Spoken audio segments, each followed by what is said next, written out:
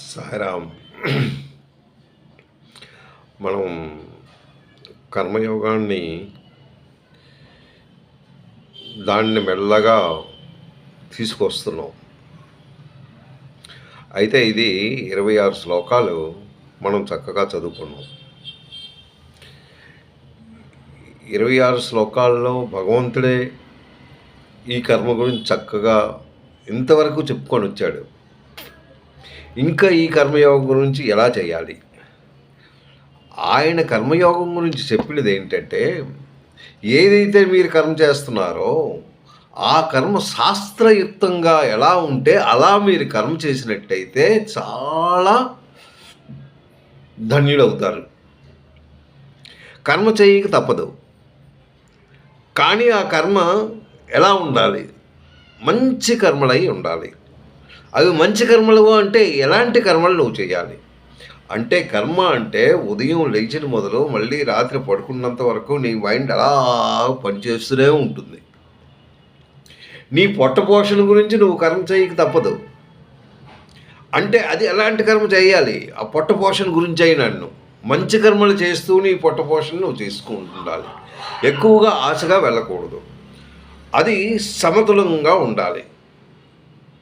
ఈరోజు నువ్వు పొట్ట పోషణ గురించి నువ్వు ఏదైతే చేస్తున్నావో దానితో నువ్వు సంతృప్తి పడుతూ ఉంటే అప్పుడు నీకు ఆనందాన్ని ఇస్తుంది. సంతృప్తి అన్నది కావాలి. అయితే నీ పొట్ట పోషణ కాకుండా నీ తాలూకా సంసార సాగరంలో నువ్వు ఎప్పుడైతే ఉన్నావో ఈ సంసారంలో ఉన్న వాళ్ళందరికీ వాళ్ళ పొట్టల గురించి కూడా నువ్వు ఆలోచిస్తూ నీ కర్మను నువ్వు నిర్వర్తించాలి. అంతేగాని ఎక్కువ ఆశపడకూడదు. అది ఎక్కువ ఆశగా ఉంటే అది పరమాశ అయిపోతుంది. నీకు ఎంత అవసరమో అంతే. నీకు ఈరోజు ఎంతవరకు నీకు అవసరమో అంతవరకే నీ కర్మలు చేస్తూ నీ తాలూకా ఫలాన్ని భగవంతుడికి అర్పించు. ఏ కర్మకైనా దానికి ఫలితం ఉండక తప్పదు. ఫలానా ఫలితం ఉంటేనే నువ్వు కర్మ చేస్తావు. ఆ ఫలితాన్ని నువ్వు ఆశించకుండా ఎవరైతే భగవంతుడికి అర్పితం చేస్తాడో అంటే దానికి ఎక్కువగా ఆశపడకుండా ఉండాలి. దాన్ని నిల్వ చేసి నేను ధనవంతుడిని అయిపోవాలి, ఇవన్నీ నావే అవ్వాలి అన్న స్వలాభంతో కర్మ చేసినట్టయితే అది కర్మ. కర్మ అనేది ఎలాగా అంటే శాస్త్రయుక్తంగా నువ్వు కర్మ చేసినట్టయితే అది మంచి కర్మ. ఆ లాస్ట్ 25-26 శ్లోకాల్లో నేను ఏదైతే చెప్పానో అది సకర్మ, అది మంచి కర్మ. అంటే అది శాస్త్రయుక్తంగా చేస్తున్న కర్మలు. ఎవరైతే శాస్త్రయుక్తంగా శాస్త్రంలో ఏదైతే చెప్పిందో ఆ విధంగా నువ్వు కర్మలు చేయాలి. శాస్త్రంలో చెప్పిన కర్మలు ఏంటి అంటే దానికి కొంత టైమింగ్స్ ఇచ్చాడు, దాని ప్రకారం నువ్వు చేస్తూ ఉండాలి. అవే కానీ దాటిపోయినట్టయితే అది ఇంకవ్వదు. ఇప్పుడు నెక్స్ట్ శ్లోకంలో 27వ శ్లోకంలో ఆయన కర్మ చేస్తూ ఉండు సాంఖ్యయోగంలో ఎలా అయితే చెప్పాడో అంటే భగవంతుని తృప్తితో, అంటే నీలో భగవంతుడు ఉన్నాడు అని తెలుసుకో. నువ్వు కర్మ చేస్తున్నావు, ఆ కర్మ ఎక్కడి నుంచి చేస్తున్నావు, ఎలా చేస్తున్నావు,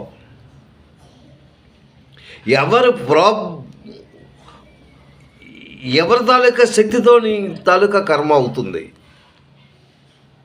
నువ్వు చూస్తున్నావు, వింటున్నావు, తింటున్నావు, అన్నీ చేస్తున్నావు. ఇదేంటిది? జ్ఞానేంద్రియాలు, ఇది కర్మేంద్రియాలు, మొత్తం ఇవన్నీ 23 ఉన్నాయి. ఇవన్నిటితోనే కలిపితే నీకేమో ఏర్పడుతుంది. ఆ దాని గురించే నెక్స్ట్ 27వ శ్లోకం చెప్పాడు. జస్ట్ నేను ఒకసారి చెప్పి నేను విడిచిపెడతాను. ప్రకృతే క్రియమాణాని గుణైః, జాగ్రత్తగా దాన్ని విడదీయాలి. ప్రకృతే క్రియమాణాని గుణైః కర్మాణి సర్వశః, అది ఒక వర్డ్. ప్రకృతే క్రియమాణాని గుణై కర్మాణి సర్వసః అహంకారమూఢాత్మ కర్తాహమితి మన్యతే. అహంకార విమూఢాత్మ. చూడండి, అది ఒక పదం. ప్రకృతే క్రియమాణాని గుణై అంటే గుణంతో సంబంధించినవి. ప్రకృతే గుణై. ఈ గుణాలు ఎక్కడి నుంచి వస్తున్నాయంటే ప్రకృతి ద్వారా వస్తున్నాయి. ఏంటి గుణాలు అంటే సత్వగుణం, రజోగుణం, తమో గుణాలు. ప్రతి ఒక్క మానవుడిలో ఈ 3 ఉంటూనే ఉంటాయి. ఇది పర్సంటేజ్ ప్రకారం వాడు ఏంటి మంచి గుణం కలుతున్నాడా, చెడ్డ గుణం కలుతున్నాడా, ఇంకా రజోగుణంలో ఉన్నాడా, తమో గుణంలో ఉన్నాడా. తమో గుణంలో ఉట్టి బద్ధకిష్ట అనమాట. ఆడు ఏ పని చేయడానికి ఇష్టపడ్డు. రజోగుణంలో ఏంటంటే వాడికి అధికారం కావాలి, గొప్ప కావాలి, ధనం కావాలి, ఆశ కావాలి, ఇంకా కావాలి, ఇంకా కావాలి, ఇంకా కావాలి. ఇలాంటివన్నెన్నో గుణాలతో కూడుకున్నవి. అవి ప్రకృతితో సంబంధించినవే. అదే ఇక్కడ అంటున్నాడు, ప్రకృతే క్రియమాణాని.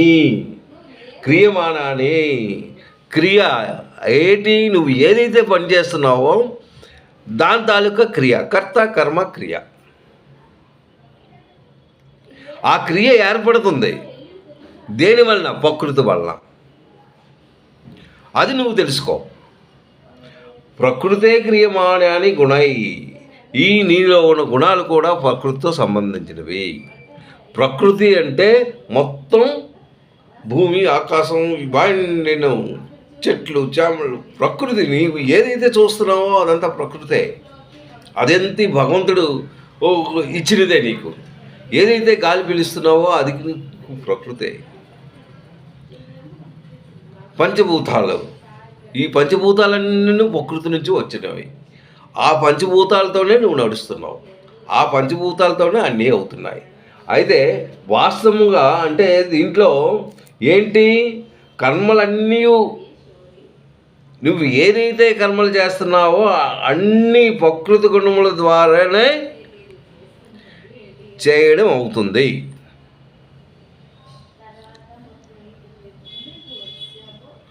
ఏంటి? నువ్వు ఎలా చేయబడుతున్నావు? ఇన్ కేస్ ప్రకృతే కానీ లేకపోయినట్టయితే నువ్వు జీవించగలవా? నీకు నీ శరీరానికి ఏంటి అవసరం? ఆక్సిజన్. ఆ ఆక్సిజన్ ఎక్కడి నుంచి వస్తుంది?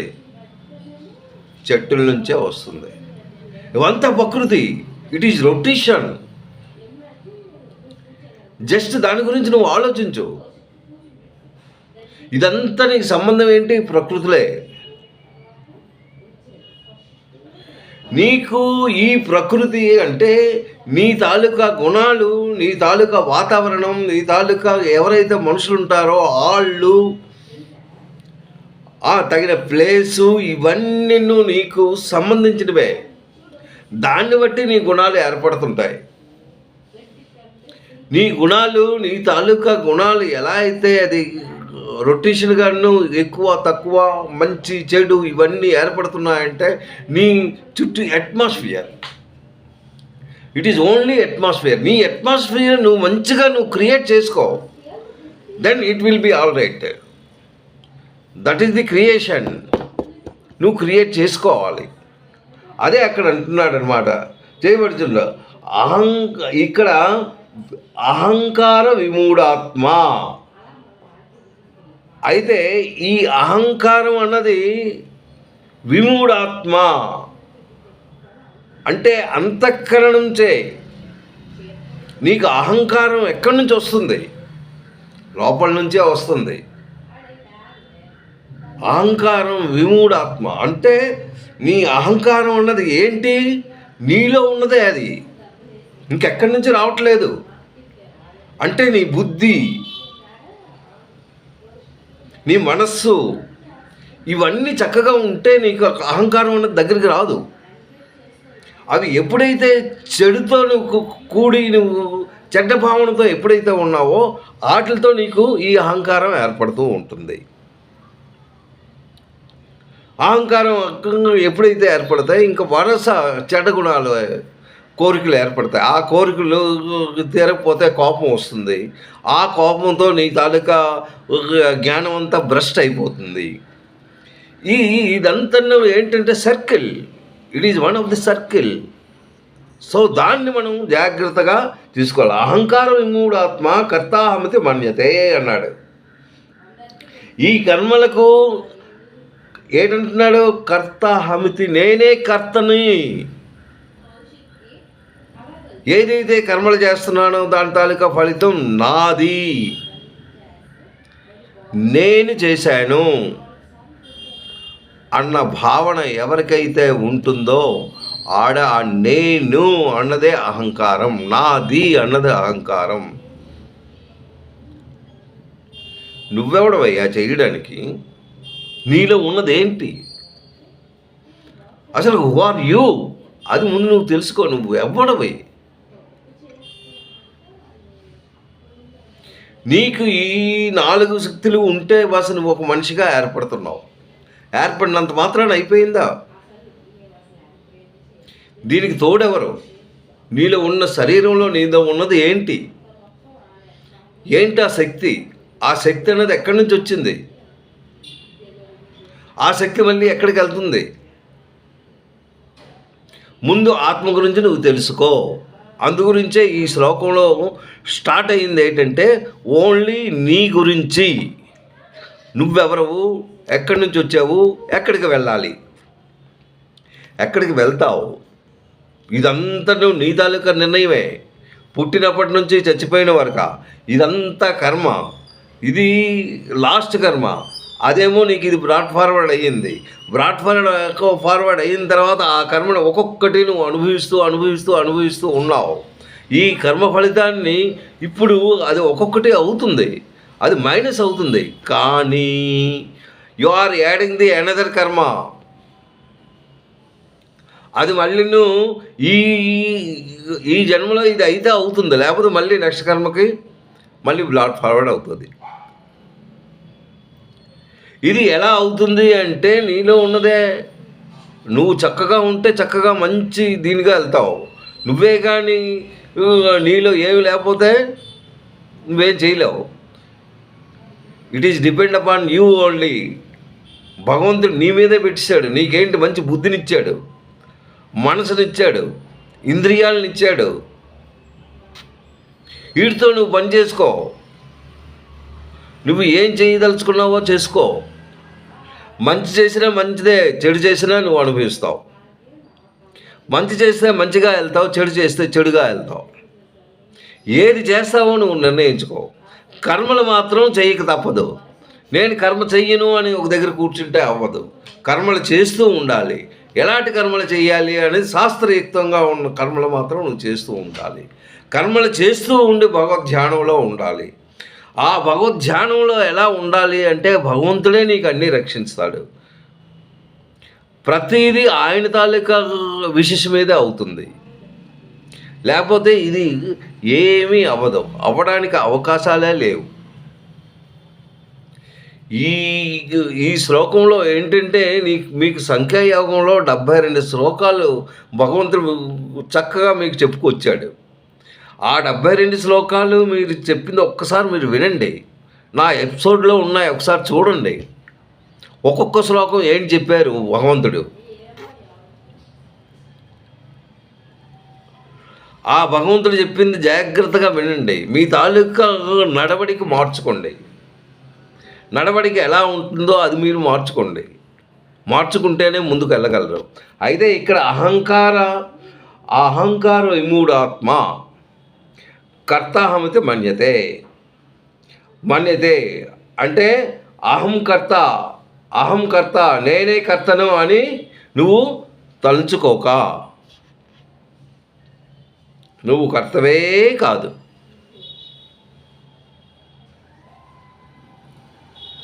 నీ తాలూకా బుద్ధి ప్రకారం నువ్వు వెళ్ళాలి. నీ బుద్ధి, నీ తాలూకా మనస్సు, నీ తాలూకా ఇంద్రియాలు ఇవన్నీ చక్కగా ఉండాలి అంటే భగవద్ధ్యానంలో ఉంటే కానీ అవి ఒక మంచి మార్గానికి వెళ్ళవు. ఎందుకంటే అది చెప్పింది విందవు.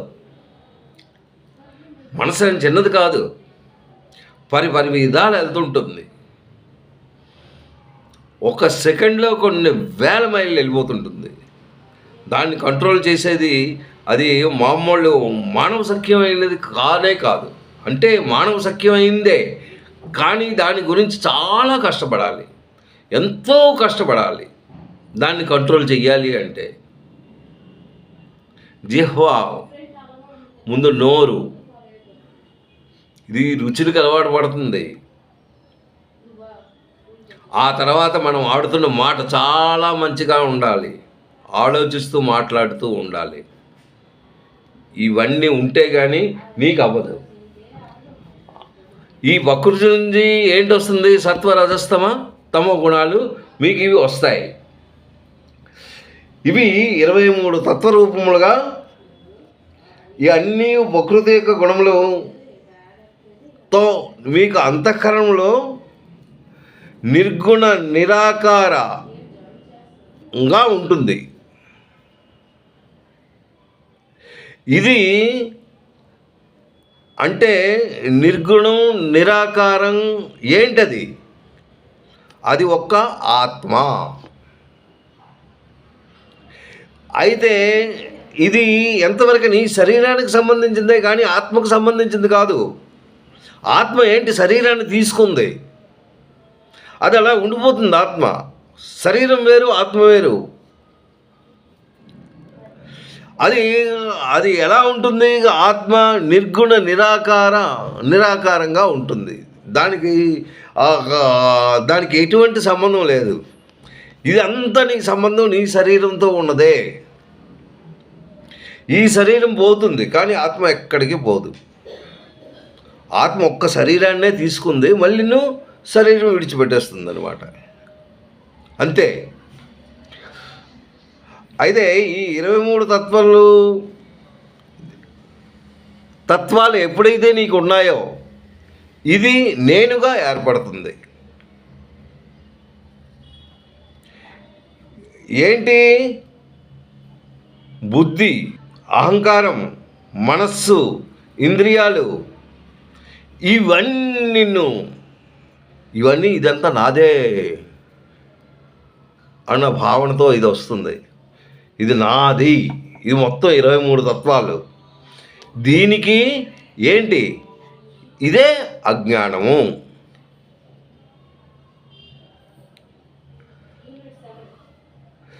ఇది ఆత్మ, అనాత్మ. దీని గురించి మళ్ళీ నేను చెప్పాలంటే నాకు టైం అవుతుంది.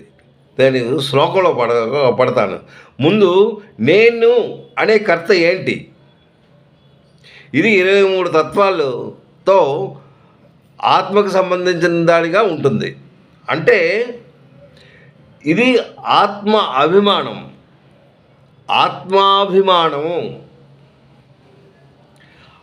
ఈ మొత్తం 23 తత్వాలతో ఉంటుంది. కర్మలతో ఇది ఏంటిది? ఇది కర్మలతోనే సంబంధం ఉంటుంది. ఆ కర్మలకేంటి? తనే కర్తగా భావించుకుంటుంది. నేను విన్నాను, నేను చూశాను, నేను తిన్నాను, నేను త్రాగాను, నేను నిద్రించాను, ఇవన్నీ ఎవడు చేయవాడు? ఎవడక్కడ? ఆ నేను అన్నది ఎవడక్కడ? ఓన్లీ నీ శరీరమే.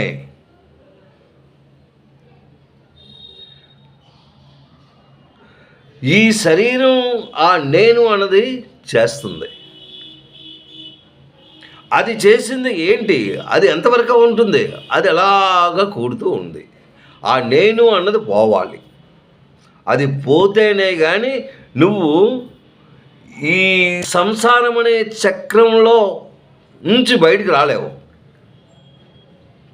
అది పోతేనే నాది, నేను, నాది, ఇవన్నీ నువ్వు భ్రమలు. ఇది తగ్గించుకు రావాలి. ఒక్కొక్కటి మైనస్ చేస్తూ రావాలి. వచ్చినప్పుడే నువ్వు ఆ పాయింట్కి రీచ్ అవ్వగలవు. ఈ పాయింట్కి రీచ్ అవ్వాలంటే నువ్వు మామూలుగా ఇది రీచ్ అవ్వలేవు. భగవంతుడి తాలూకా తత్వాలను నువ్వు అర్థం చేసుకోవాలి. భగవంతుడు అంటే ఎవరు, ఆయన శక్తి ఏంటి, ఆయన శక్తి రూపం ఏంటి, ఆయన చేసే లీలలు ఏంటి, ఇవన్నీ ఒక్కొక్కటే అర్థం చేసుకుంటూ మంచి తత్వానికి దీంట్లో ఉన్న ప్రబోధలు,